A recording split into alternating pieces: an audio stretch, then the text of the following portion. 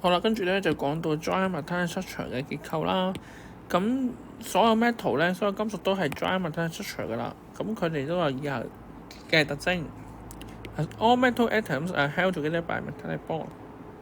所有金屬嘅原子咧都係會被金屬鍵去聯繫住一齊啦。There are no discrete molecule in continuous three-dimensional giant lattice。咁其實咧佢係一個整體嚟嘅。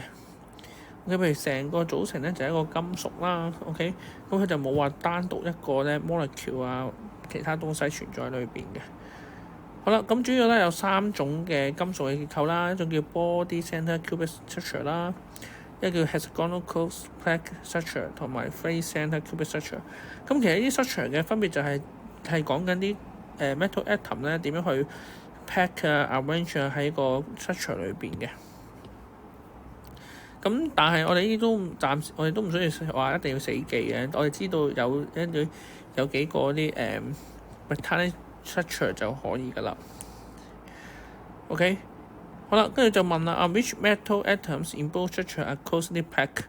咁咩叫 closely packed 咧 ？closely packed 意思即係好緊密咁裝填啦，即係講緊裏邊有越多嘅 metal atoms，即係代表佢係越 closely packed 噶啦。